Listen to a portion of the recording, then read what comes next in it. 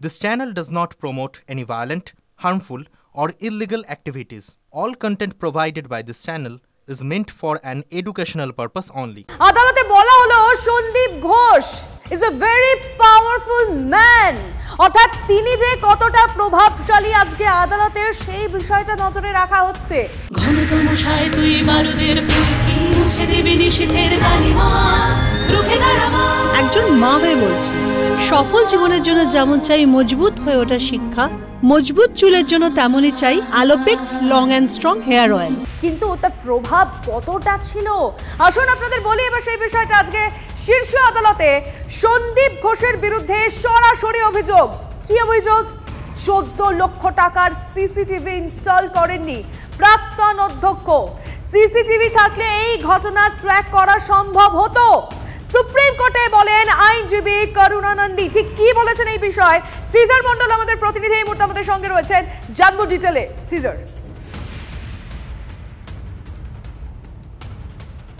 দেখো, শীর্ষ আদালতে আজকে সন্দীপ ঘোষ নিয়ে আবার প্রশ্ন তোলা হয়েছে। আইনজীবী করুণানন্দী তিনি অভিযোগ করেছেন 14 লক্ষ টাকার সিসিটিভি বরাত পেয়েছিল বা বরাত ছিল, সেটা অর্থাৎ 14 লক্ষ টাকা বরাদ্দ করা হয়েছিল সিসিটিভি বসানোর জন্য, কিন্তু অধ্যক্ষ সন্দীপ ঘোষ সেই টাকা কার্যত আত্মসাৎ করেছেন এবং সেই সিসিটিভি বসানো হয়নি।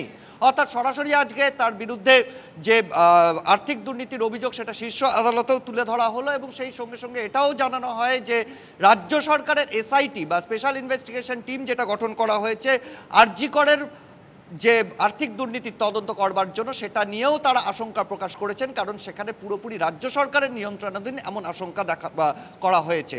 আমি এর মাঝখানে তোমাকে বলবো, রাজ্য সরকারের পক্ষ থেকে যে স্ট্যাটাস রিপোর্ট দেওয়া হয়েছে সেই স্ট্যাটাস রিপোর্টে স্পষ্ট যে টাইম লাইনের কথা কপিল সিব্বল উল্লেখ করেছেন, সেই টাইম লাইনে বলা হচ্ছে সকাল 10টা 10 মিনিটে লোকাল থানা প্রথম খবর পেয়েছিল যে ওই নির্যাতিতা সেমিনার রুমে পড়ে রয়েছেন এবং সেই খবর দিয়ে সেই প্রথম যিনি দেখেছিলেন দেহ doctor Soumitra Roy, first year PGT chest department, তিনি প্রথম দেখেছিলেন এবং তিনি দেখেছিলেন 9টা 20 সময় অ্যাজ পার রাজ্য সরকারের দেওয়া স্ট্যাটাস রিপোর্ট। এবং সেখানে বলা হয়েছে 9টা 20 সময় তিনি দেখার পর সিনিয়র ডক্টরস এবং বাকিদের জানান এবং তারপর 10টা 10 মিনিটে লোকাল থানায় অর্থাৎ টালা থানায় ফোন যায়। 10টা 20 মিনিটে লোকাল থানার আধিকারিকরা সেখানে পৌঁছন এবং ক্রাইম সিন তারা সিকিওর করেন।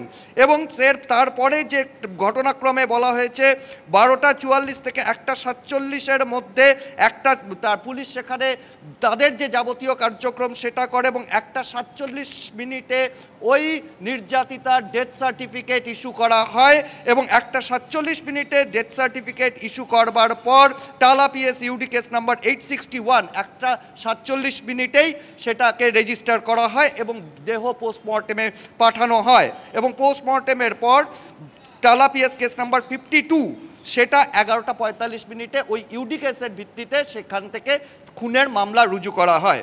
এই ঘটনাক্রম, এই যে টাইমলাইন, এই টাইমলাইনে আরও ডিটেল একাধিক তথ্য রয়েছে এবং রাজ্য সরকারের দেওয়া এই টাইমলাইন এবং অন্যদিকে কেন্দ্রীয় গোয়েন্দা সংস্থা সিবিআই যে টাইমলাইন ইতিমধ্যেই পেশ করেছে তার মধ্যে কোনো অন্তর আছে কিনা সেগুলো দেখা হচ্ছে এবং তার মধ্যে অন্য কোনো তথ্য লুকিয়ে রয়েছে কিনা বা তথ্য আড়ালের চেষ্টা আছে কিনা সেগুলোও দেখা হচ্ছে। সিজার, এই পয়েন্টটা খুব ইম্পর্টেন্ট হয়ে দাঁড়াচ্ছে, যেখানে পুলিশের কাছে খবর গিয়েছিল সকাল 10টায় আর যখন যেখানে ঘটনা ঘটে অর্থাৎ যে ক্রাইম সিন সেটা রাত 11টার সময় ক্লোজ করা হয়েছে। এই যে সময়ের ব্যবধানটা দেখানো হলো এটা কতটা গুরুত্বপূর্ণ হতে চলেছে সিজার, তোমার মতামত?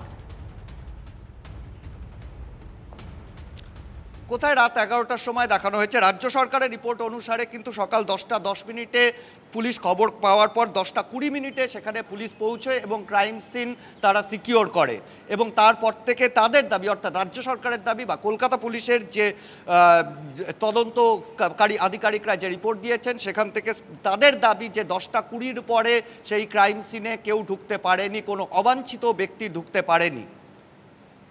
সিজার, আমার আরো একটা প্রশ্ন, যে তুষার মেহতা যে অভিযোগ করছেন গুরুতর অভিযোগ যে crime scene has been altered, এটা যদি একটু সিম্পলিফাই করে বলো, মানে এটা কত বড় একটা গুরুতর অভিযোগ এবং এই বিষয়টা কোন দিকে এগোতে চলেছে এই বিষয়টাকে কেন্দ্র করে, এই পয়েন্টটাকে কেন্দ্র করে? দেখো অবশ্যই এটা মারাত্মক একটা অভিযোগ, কারণ এই তুষার মেহতা যে অভিযোগটা আজকে আদালতে শীর্ষ আদালতে তুলেছেন, সেই অভিযোগ এর আগে চিকিৎসকদের একটা বড় অংশ বারবার তুলছিলেন যে ঘটনাস্থল বা অকুস্থল, খুনের অকুস্থল ওটা নাও হতে পারে, বা সেই খুনের অকুস্থলে যে ঘটনাক্রম বা চরিত্র সেটাকে পরিবর্তন করা হয়ে থাকতে পারে, এবং সেইটাই সেই অভিযোগের প্রতিফলন বা প্রতিধ্বনি কিন্তু আজকে তুষার মেহতা সলিসিটর জেনারেলের গলায় শোনা গেল। যদিও সেই অভিযোগকে কার্যত উড়িয়ে দিয়েছেন, শীর্ষ আদালতে উড়িয়ে দিয়েছেন কপিল সিব্বল। তিনি স্পষ্টই জানিয়েছেন কোনো ক্রাইম সিন অল্টার করা হয়নি, এবং সেই প্রসঙ্গে তিনি সিবিআই দেওয়া, যখন সলিসিটর জেনারেল সিবিআই দেওয়া যে টাইমলাইনের কথা উল্লেখ করেছেন, সেই টাইমলাইনের কথা উল্লেখ করে তিনি একটি দিন এবং প্রধান বিচারপতিকে অনুরোধ করেছেন একটি দিন এবং একটি সময় বিশেষভাবে দেখতে। কিন্তু তারপরে কপিল সিব্বলের বক্তব্য, রাজ্য সরকারের যে স্ট্যাটাস রিপোর্ট সেখানেও একটি টাইমলাইন রয়েছে, এবং সেই টাইমলাইনের ভিত্তি হচ্ছে স্থানীয় পুলিশ, অর্থাৎ যারা প্রথম এই ঘটনা তদন্ত করেছে তাদের দেওয়া রিপোর্টের ভিত্তিতে রাজ্য সরকার একটি টাইমলাইন তৈরি করেছে, এবং সেই টাইমলাইনও জমা পড়ছে। অর্থাৎ দুদিকে দুরকম বক্তব্য, অর্থাৎ একদিকে সলিসিটর জেনারেল যে অভিযোগটা করছেন এবং তিনি কেন্দ্রীয় গোয়েন্দা সংস্থা একটি টাইমলাইন জমা দিয়েছে, অন্যদিকে রাজ্য সরকারের পক্ষ থেকে একটি টাইমলাইন জমা দেওয়া হয়েছে, এবং সেই জায়গা থেকে এখন পর্যন্ত যে ধোঁয়াশা প্রাথমিকভাবে ছিল, যে অভিযোগের ওপর ভিত্তি করে যে বক্তব্যগুলো বিভিন্ন সময় উঠে আসছিল, সেই বক্তব্যগুলো আজকে শীর্ষ আদালতেও পৌঁছলো, কিন্তু বাস্তবে কি ঘটেছে সেটা এখনো কিন্তু স্পষ্ট নয়, কারণ সিবিআই রিপোর্টে এখন পর্যন্ত আমরা যেটা জানতে পারছি সেরকমও কোনো স্পষ্ট ইঙ্গিত কিন্তু এখনো আমরা সিবিআই রিপোর্টে পাইনি।